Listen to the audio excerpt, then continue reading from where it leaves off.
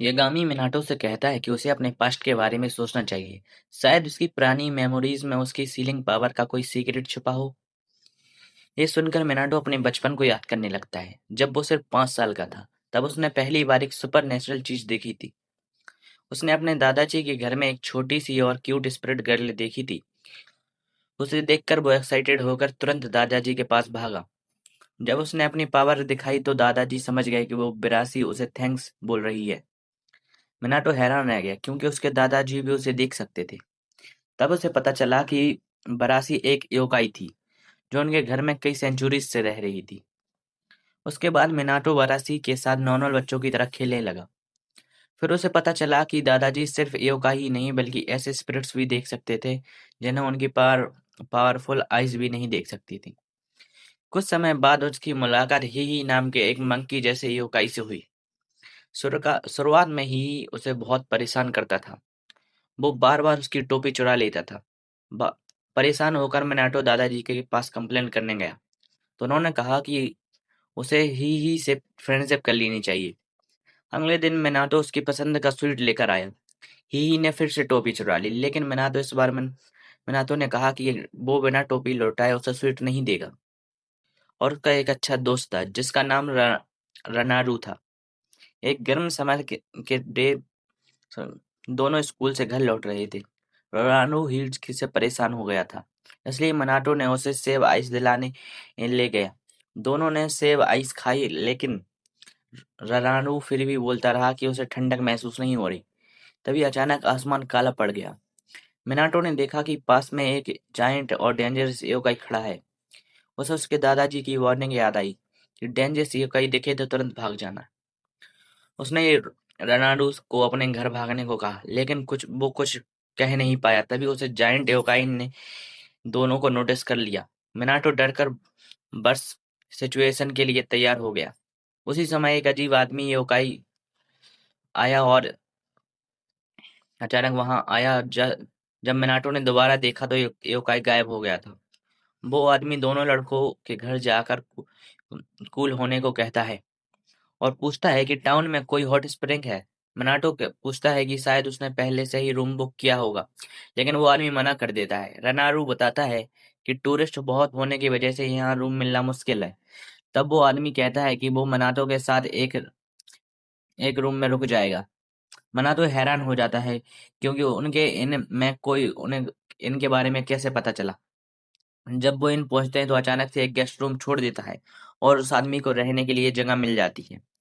उसके वहां रुकने के बाद आसपास के योकाई रेस्टलेस होने लगते हैं, लेकिन उसके समय मनाटो इसका रीजन नहीं समझ पाता। वो आदमी अक्सर मनाटो को क्विetly ऑब्जर्व करता रहता था। एक दिन उसने उसकी हैंडराइटिंग की तारीफ की। उसने कहा कि उसकी हैंडराइटिंग बहुत साफ है और ये इसके प्योर हार्ट को दिखाती है। मनाटो कुछ कुछ उससे थैंक्स बोलता है और उसी उसकी सलाह पर फैमिली के लिए एक मेनू भी बनाता है। अब वर्तमान में मनाटो समझता है कि वो आदमी एक्सोरिस्ट पावर देख सकता था। यागामी बताता है कि वो आदमी शायद एक ट्रू एक्सोरिस्ट था। वो समझता था कि वरासी एक एक्सोरिस्म तो करती है, लेकिन वो अभी भी नॉर्मल सिविलियन है, जबकि ट्रू एक्सोरिस्ट असली मास्टर्स होते हैं। इसलिए योकाई उनसे नेचुरली डरते हैं। फिर यागामी बताता है कि उसकी सीलिंग पावर की प्रॉब्लम क्या है। मनाटो कहता है कि वो अभी भी प्रैक्टिस कर रहा है।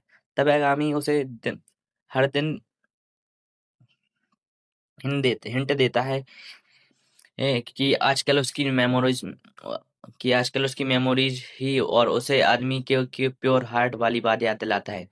जब मिनाटो को समझ आता है कि उसने अपनी प्योर इमोशन और हार्ट को तलिस्मान में सील करना होगा। जैसे ही वो ऐसा करने की कोशिश करता है तो उसके तलिस्मान ब्राइट लाइट एमिट करने लगते हैं। यागामी उसे कहता है कि उसे फाइनली अपनी पावर्स को पूरी तरह सील कर दिया है। उधर एक हॉन्टेड जगह पर हरामा की दो बहनें इविल स्पिरिट से लड़ रही होती हैं। बड़ी बहन सुबह देखती है कि हरामा और कात्सुराजी वहां पहुंच चुके हैं। दोनों देखते हैं कि उसकी पावर ऑलमोस्ट खत्म हो चुकी है। फिर वो हरामा से नए तलिस्मान मांगते हैं और वो उन्हें दे देता है।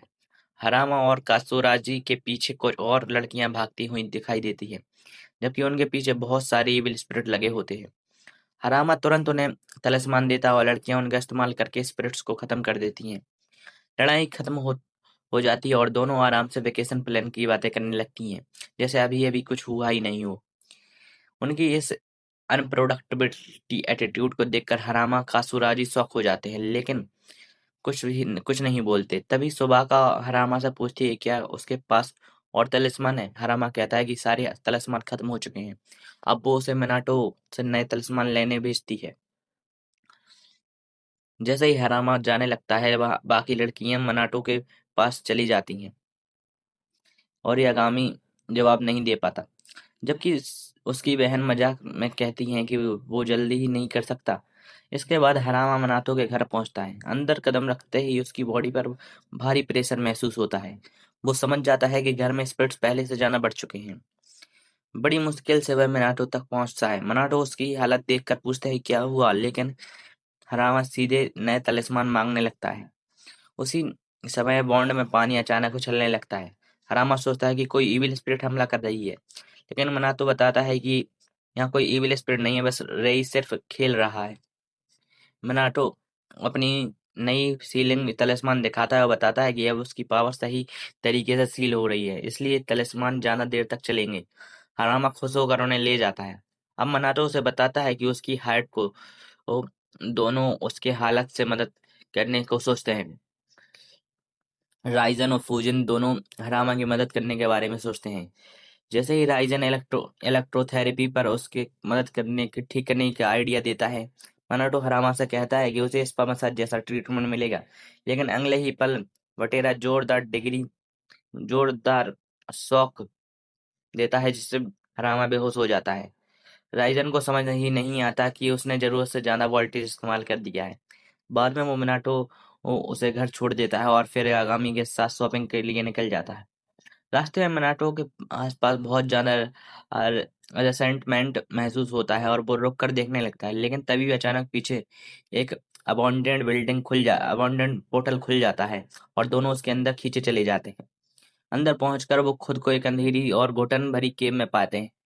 जगह देखकर मनाटो समझ जाता है कि ये एक डेंजरस अनवांटेड डोमेन है। यागामी कहता है कि वो अपनी विंड पावर से बाहर निकल सकता है, लेकिन दोनों जानते हैं कि ऐसी डेंजरस जगह को छोड़ना अच्छा नहीं होगा।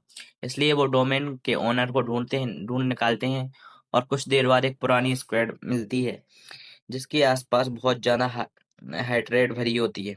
मनाटो पूछता है कि क्या स्क्वाड भी भरी बन सकती है। यागामी बताता है कि लोगों ने खुद वो स्पिरिट को उस पेड़ में रखने के लिए बुलाया है। मिनाटो कंक्लूड करता है कि स्पिरिट बहुत दुख और गुस्से में आगामी से पूछता है कि क्या वो उसे एक्सोरेस करेगा, लेकिन मना कर देता है। उनके स्क्वाड पर लगा रन देखकर समझ जाता है कि जिन लोगों ने स्पिरिट को घर दिया है उन्होंने बाद में उसके केयर करना छोड़ दिया। इसी वजह से स्पिरिट हेट्रेड हो गई है। ये समझने के बाद मनाटो ऐसा तलिस्मान इस्तेमाल करता है जो स्पिरिट को घर तो नहीं बल्कि कुछ और दे देता है। को प्यूरिफाई करे। जैसे ही वो टैलिस्मन एक्टिवेट करता है, ब्राइट लाइट फैल जाती है। यामागामी उसकी तारीफ करता है, क्योंकि नॉर्मल टैलिस्मन्स इतनी हेट्रेड साफ नहीं कर सकते थे। बाहर की हेट्रेड हटने के बाद यामागामी अंदर की स्पिरिट को पूरी तरह प्यूरिफाई कर देता है। इसके बाद स्वॉर्ड गायब हो जाती है, लेकिन यामागामी बताता है कि स्पिरिट सेफ है। तभी पूरा डोमेन कोलैप्स होने लगता है, क्योंकि उसका ओनर अपनी पावर खो चुका होता है। यामागामी मनाटो को विंड पावर्स इस्तेमाल करने को कहता है और दोनों वहां से निकलने की तैयारी करते हैं। उधर बाहर की दुनिया में कात्सुरागी दूसरी जगह इविल स्पिरिट से लड़ रहा होता है। स्पिरिट्स लगातार बढ़ते जा रहे थे, इसलिए वो सोचता है कि आखिर आकिजो मदद के लिए क्यों नहीं आ रहा। दूसरी तरफ आकिजो खुद कई इविल स्पिरिट से घिरा हेल्पलेस फंसा हुआ था। वो जोर जोर से होरावा को मदद के लिए बुलाता है। होरावा उसकी जान बचा लेती है, लेकिन इतना बड़ा फेवर मिलने के बाद भी आकिजो उसे थैंक्स नहीं बोलता। वो ऑलमोस्ट उसे क्यूट बोल देता है, लेकिन फिर एरोगेंट बनकर कहता है कि उसे और जल्दी आना चाहिए था। उसकी अनग्रेटफुल एटीट्यूड देखकर होरावा इरिटेट हो जाती है। होरावा अपने फोन पर विंड चाइम की साउंड चलाती है। आवाज सुनते ही आकिजो को पुराना ट्रॉमा याद आ जाता है और वो हॉन्टेड बिल्डिंग के बाहर ही डरने लगता है। उधर हरामा की टीम बहुत सारे इविल स्पिरिट से घिरी हुई मुश्किल में फंसी होती है। लड़कियों के पास मनाटो की चीट कोड जैसे पावरफुल टैलिस्मैन्स खत्म हो चुके थे, इसलिए वो सिर्फ हरामा का इंतजार कर रही थी। तभी हरामा सही समय पर वहां पहुंच जाता है और सबको बचा लेता है। सारी लड़कियां उसके पास आ जाती है। हरामा उन्हें नए टैलिस्मैन्स दिखाता है और बताता है कि ये पहले से ज्यादा पावरफुल है। ये सुनकर सब मनाटो की एबिलिटीज से इंप्रेस हो जाती हैं। उसी समय पीछे एक पोर्टल खुलता है और मनाटो और यामागामी अबैंडन डोमेन से बाहर निकलते हैं। मनाटो के हाथ में ग्लोइंग टैलिस्मैन होता है, जिसकी तेज रोशनी देखकर हरामा और बाकी बाकी लड़कियां चौंक जाती हैं। लड़कियां सोचती हैं कि कोई मैजिकल सेवियर आया है, इसलिए वो मनाटो को थैंक्स बोलने लगती हैं। दूसरी तरफ मनाटो सोच रहा होता है कि हरामा के आसपास इतनी ब्यूटीफुल गर्ल्स क्यों हैं। यामागामी कहता है कि शायद वो उसकी सिस्टर्स होंगी, लेकिन मनाटो नोटिस करता है कि सब लोग अनकंफर्टेबल लग रहे हैं। तब यामागामी उसे बताता है कि वो अपना ब्राइट टैलिस्मैन सबके चेहरे पर चमका रहा है। ये सुनकर मनाटो तुरंत उसे बंद कर देता है। फिर वो वहां से जाने लगता है, लेकिन तभी कात्सुरागी और होरावा बिल्डिंग से बाहर आते हैं। जैसे ही मनाटो की नजर कात्सुरागी पर पड़ती है, उसे अपने बचपन वाला मिस्टीरियस एक्सोर्सिस्ट याद आ जाता है, क्योंकि उसने भी ऐसी ही हैट पहनी थी। लेकिन मनाटो सोचता है कि दोनों का शायद कोई रिलेशन नहीं होगा और वो यामागामी के साथ वहां से चला जाता है। तभी हवा चलती है और कात्सुरागी अपनी हैट ठीक करता है। होरावा कहती है कि उसे ये हैट बहुत पसंद है। कात्सुरागी बताता है कि ये उसके फादर का गिफ्ट है। थोड़ी दूर से हरामा नोटिस करता है कि कुछ दूसरे एक्सोर्सिस्ट उन पर नजर रख रहे हैं। वो सोचने लगता है कि आखिर वो लोग क्या चाहते हैं। बाद में मनाटो के घर पर यामागामी बंस खाकर अपनी एनर्जी रिस्टोर करता है और फिर अपनी नॉर्मल साइज में वापस आ जाता है। जब वो अपनी बॉडी को जाता है, तब उसके फर से एक स्ट्रेंज ऑर्ब बाहर गिरता है। यामागामी बताता है कि उस ऑर्ब के अंदर प्यूरिफाइड स्वॉर्ड स्पिरिट है, जो अभी अपनी पावर्स रिकवर कर रही है। मनाटो उस ऑर्ब को उठाकर सेफ जगह पर रख देता है ताकि स्पिरिट जल्दी रिकवर हो सके। ये देखकर यामागामी चुपचाप मुस्कुरा देता है। यही एपिसोड 7 खत्म